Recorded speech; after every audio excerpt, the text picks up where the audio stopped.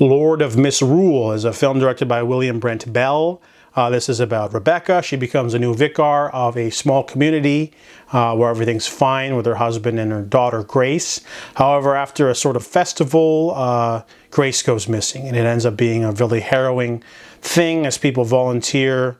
The movie's pretty slow. I'm not going to lie. The first half, really nothing happens. It's just the search for Grace takes a toll on Rebecca. People try to be helpful, bring over casseroles and foods.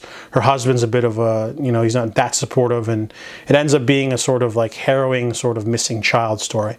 But then the horror elements sneak in slowly. And the second half of this movie is really good.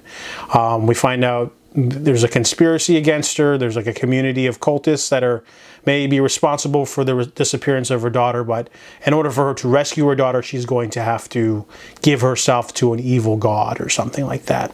And it definitely plays around with physics and like perspectives and playing with your mind and stuff like that. There's some cool imagery in there. Definitely a folk horror worth checking out, I feel.